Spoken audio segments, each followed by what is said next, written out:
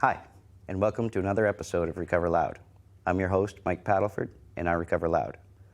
Lori and I created this show as a way to help end the stigma of substance use disorder as an attempt to help save lives. When we recover loud and share the stories of our growth and success, we show the world that we can and do recover. By sharing our hope and resources, we can help save lives. Today's episode is going to be a great one. We have Ashlie Yancey from Orono.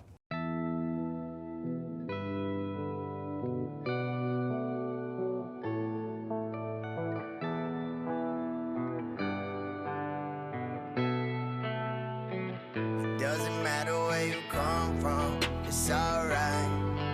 Yeah, yeah. It doesn't matter where you come from, it's alright. Yeah, yeah. It doesn't matter where you come from, it's alright. I came up from the bottom of a bottle with rebels and desperados. It was long days and hard nights, but I had to struggle for my dream, cause nobody else could see it. I was no one to turn to somebody with just a little faith. There's nothing I can achieve. Yeah, I was going the wrong way and then I turned right. But if I could be anybody, I wanna be me. Cause it don't matter where you're from, only matter where you going. Nobody giving me none, I'm placing a bet on myself and I'm all in. I got the mind of a broke man, mixed with the heart of a lion. I'ma keep giving my all, cause that's just who I am. But if I could be anybody, I wanna be me. Yeah, I just wanna be. My name is Ashlie Yancey, and I recover loud.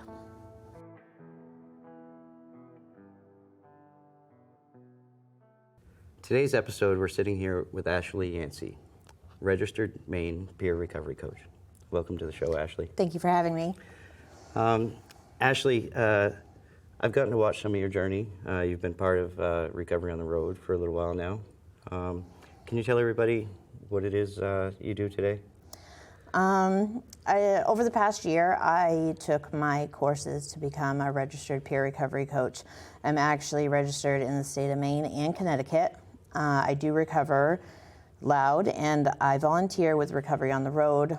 I do coach a few families that have been affected by substance use disorder, and I find that helping them along that journey helps me along mine. Yeah, we grow by helping others. Exactly. And, you know, they always in the 12-step meetings they say the newcomer's the most important person there, and that's because, you know, it reminds us of where we've come or how far we've come. Yeah. And you know, it's a great reminder when we get out in the community and do things to help people.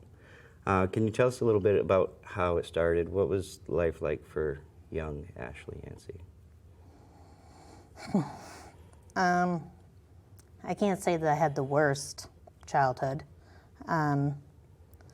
but I did grow up with an alcoholic mother, and that made things a little tougher.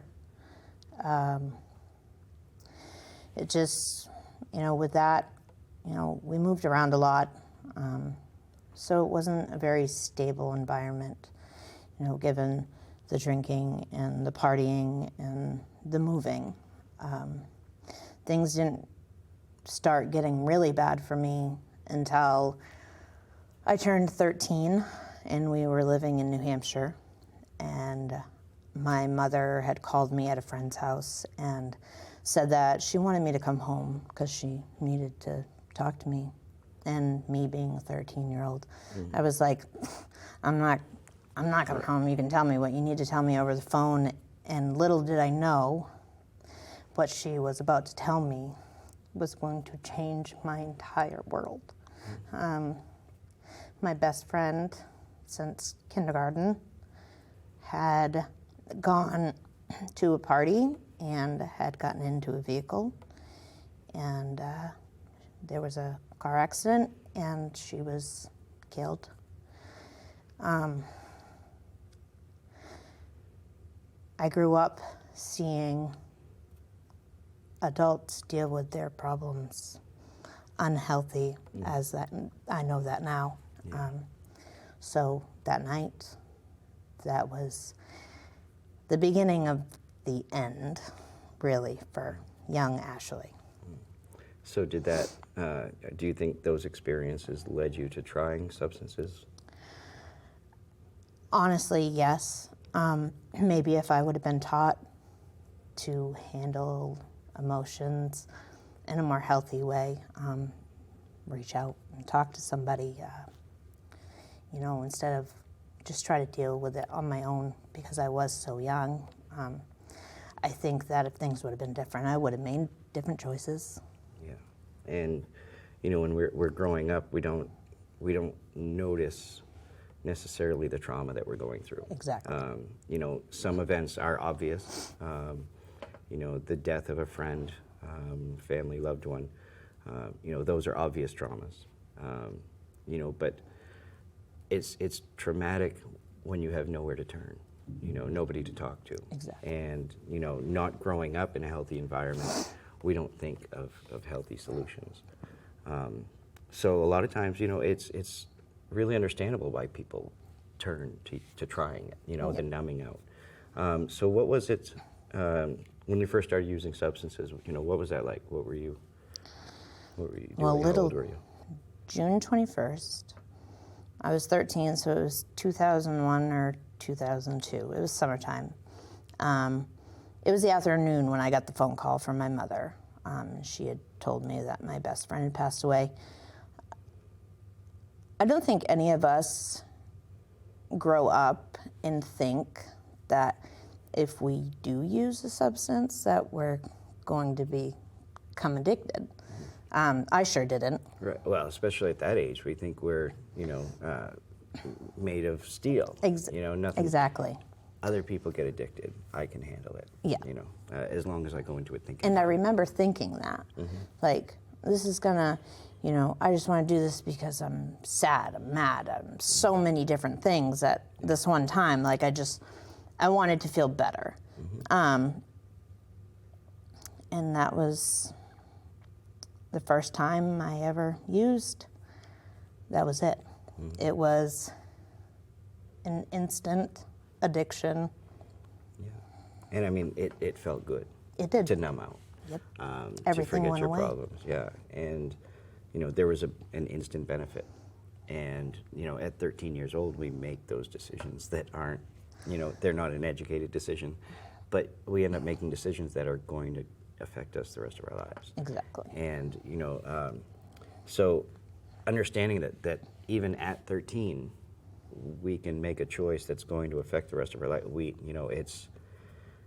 It's important to get to the young people to hear this stuff, So I'm glad you brought that up, and that's going to be something for somebody to think about, So how soon did you realize that it was negatively impacting your life? Well, at that initial moment, like, I really wasn't thinking like it was going to impact me negatively. I just knew what I was feeling at the time, and I felt good. I didn't feel sad. I didn't feel mad. I wasn't, crying. I wasn't, just all over the place. It was within the next 24 hours, I wanted to do it again, and then again, and that's when I started to realize, what have I done? I was 17 when I went into my first treatment facility. I was there for a few weeks. I moved from New Hampshire back up to Maine thinking that's going to be it.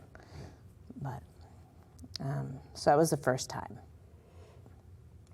How many times did it take until now? Altogether, my addiction ran 17 years. I've honestly been in and out of so many treatment facilities, halfway houses, but I couldn't tell you how many times. So, trying multiple times, I mean, that shows the nature of this disease. You know, we don't just decide to get better and get better. Exactly. You know, and sometimes we can try and it not work, and you know, and then finally it clicks. You know, so before this last time, that has stuck for you so far. You know, what did that look like? How bad did that get for you?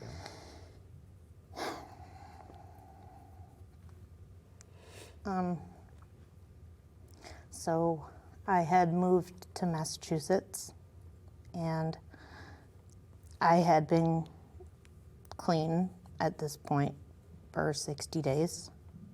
And then, I don't know what happened.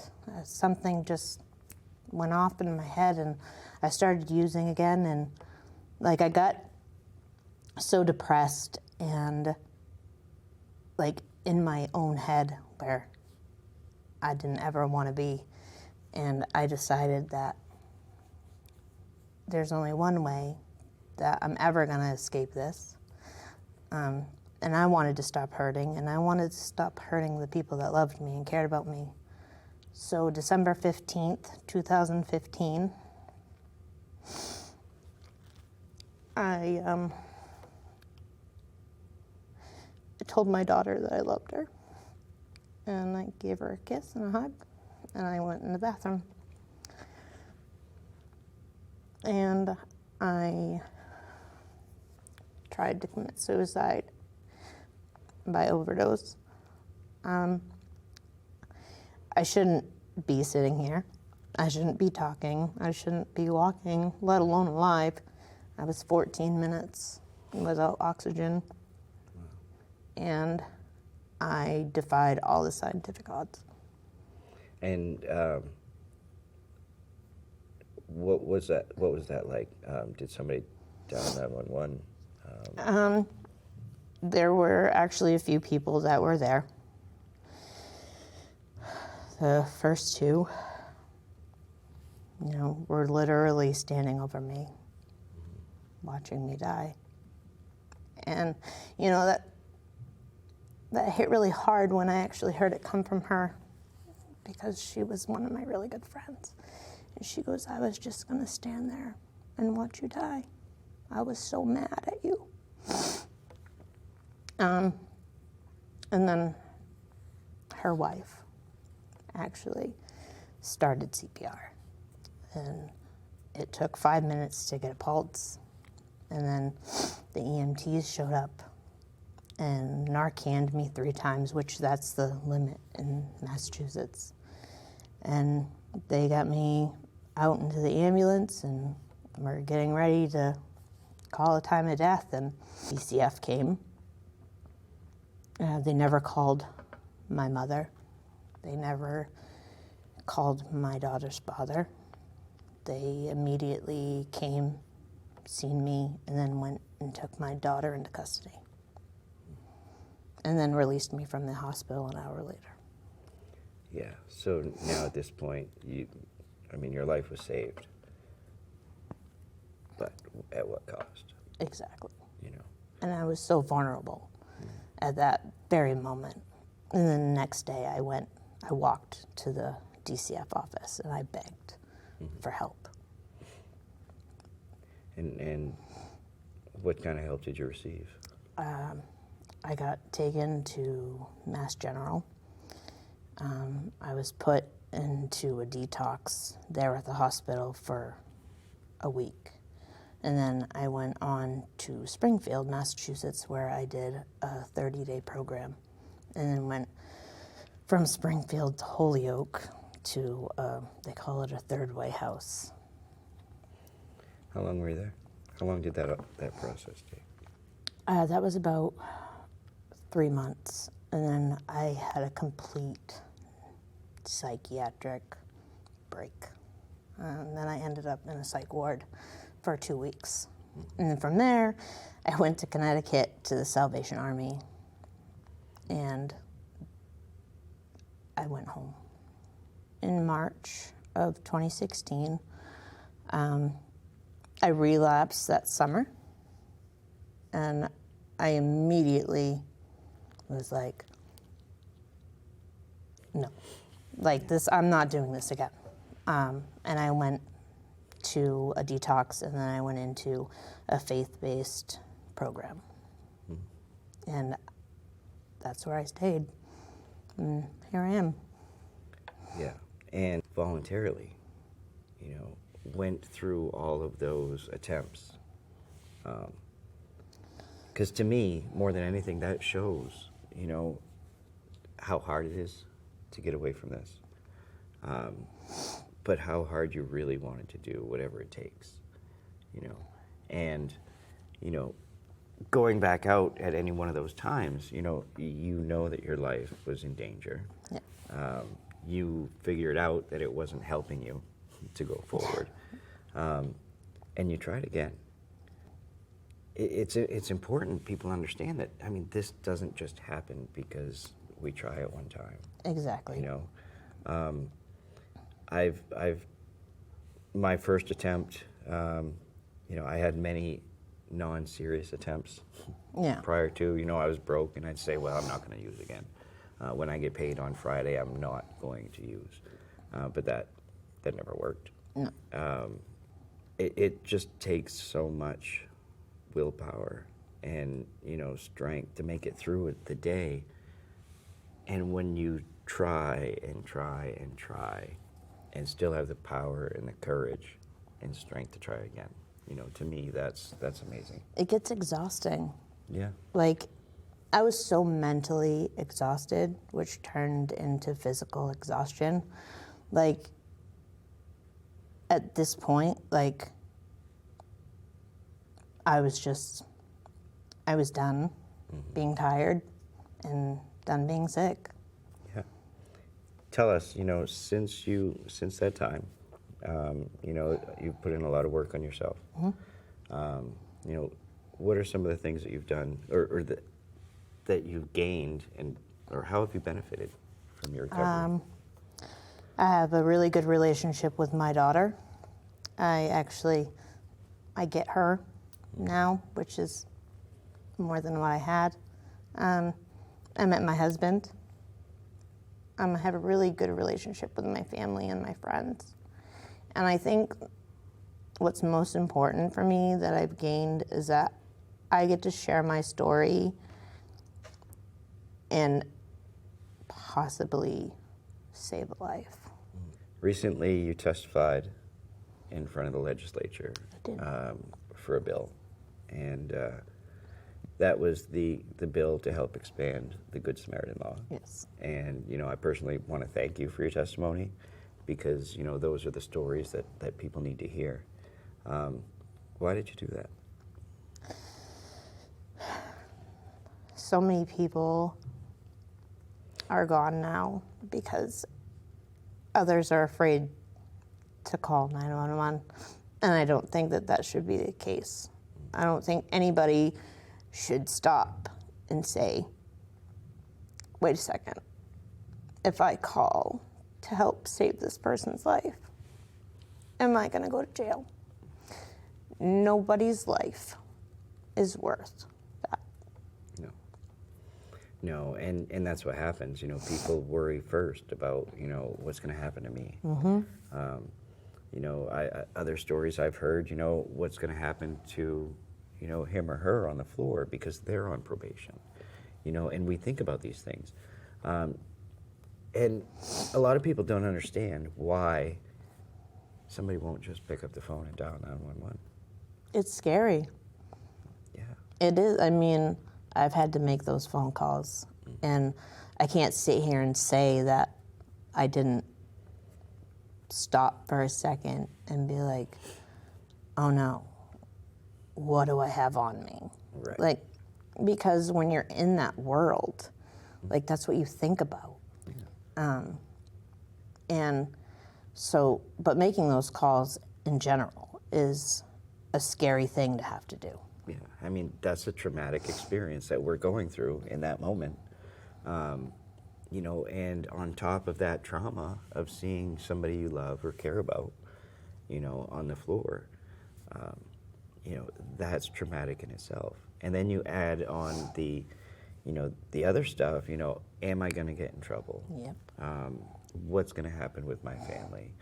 All those other things, and it's not that we don't care about the person on the ground. I mean, it's because we care so much, that's the turmoil. And Exactly. Yeah, walking. I live right down the road from the Bangor Forest is what they call it. So we like to go down there and go to the bog walk. We go fishing, and we, take little nature walks. But I really like reaching out to people. I'm probably the last person people think that are going to reach out to them. But at the end of the day, after we had our conversation, they're so grateful that I did reach out. And that makes me feel really good, because there was a long time where I was like, I'm not gonna speak of this. Like, that's not something that I am just gonna volunteer to somebody. Right. And then I realized that that's what I need to do. Like, I need to do this because nobody else needs to die. Well, and getting us out of that, the shame, the stigma around substance use disorder is so heavy on us when we're using, and even in recovery we see it. I fight to help end the stigma because I, have to deal with stigma. I can do this. It's going to help me. It's going to help you. It's going to help somebody else, and that's what drives me to do what I do, and helping other people naturally is going to help us. We get back what we put out there, and when we were using it was the other end of the spectrum. Yes. Yes, it was. What are some of your goals now? Because you're still actively moving forward in your recovery. Yes. I just, this past year, I started going to therapy, actually, because I knew that was a huge step that I needed to do to be able to try to heal fully. And there were just things that I didn't realize that were a hindrance, but they were and are. So I talk a lot about my childhood and just things that happened, like just throughout my years of active addiction. And talking about them actually makes me feel better about it. Like, I can actually let them go. Yeah. And it's strange because, people are like, well, why can't you just let it go without talking about it or crying about it? Well, that's just not how some people's healing process works. Like, I have to talk about these things, and I have to cry about them, and I have to be mad about them to let them go. I've got a car payment right now, and I'm 3 years into my car loan, and I haven't been late on a payment yet.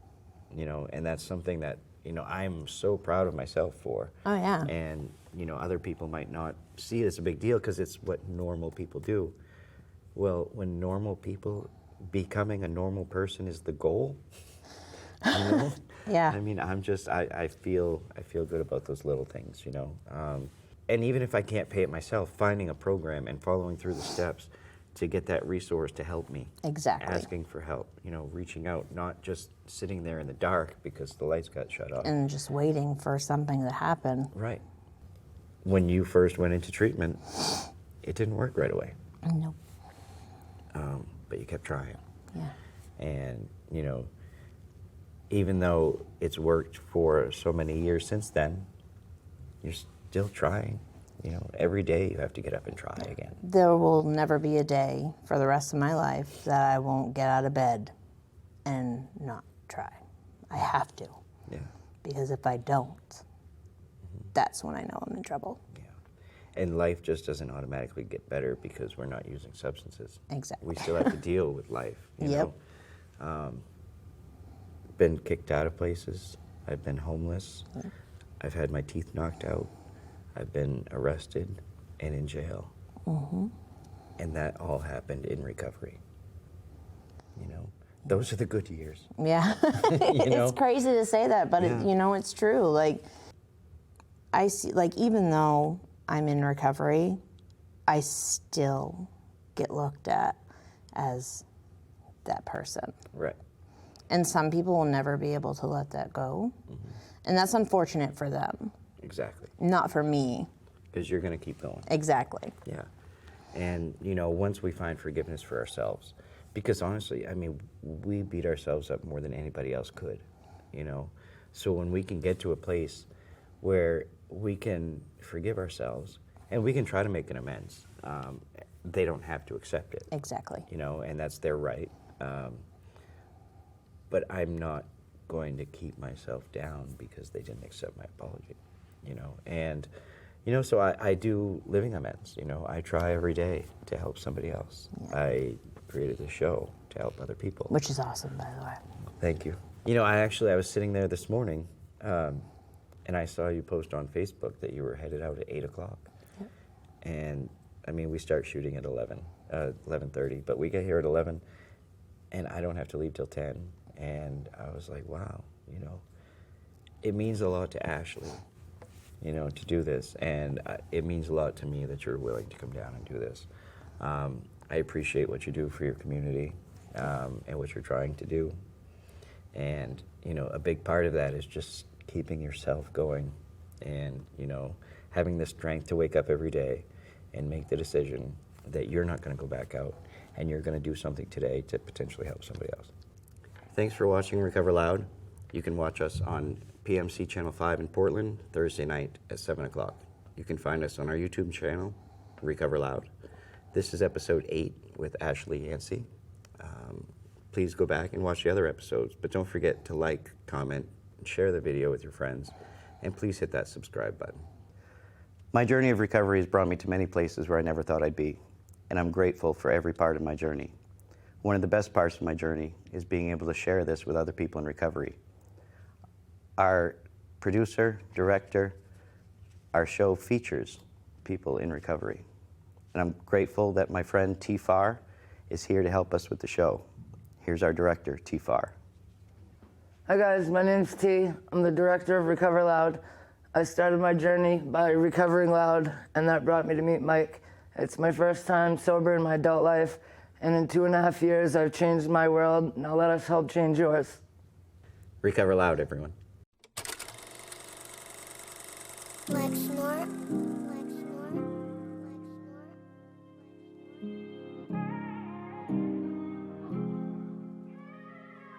So every time I call, you pick up the phone and always reminding me that I'm not alone. And even when I'm scared and my feet are frozen, you help me keep it going like a semicolon. Every time I fall, you just pick me up. Say you was down to ride through the thickest mud, and you was on my side when I was slipping up. And even when I made you cry, you still give me love. So I gotta thank God for my life in the Lord, cause every time I'm lost, you my light in the fog. No matter what it costs, I would sacrifice it all. Cause your own son Christ paid that price on the cross. So how could I repay you for everything you did for me? Even when I fall short, you always forgiving me. Nothing is coincidence, everything is meant to be. I grew up in a dark world, now I'm making history. And every time I say your name, I can feel the power. Looking at my blessings rain down like a shower. Cause I was so blind, but you helping me to see that I could do anything I want if I just believe. And I believed it. Look at me achieve every goal that I'm setting.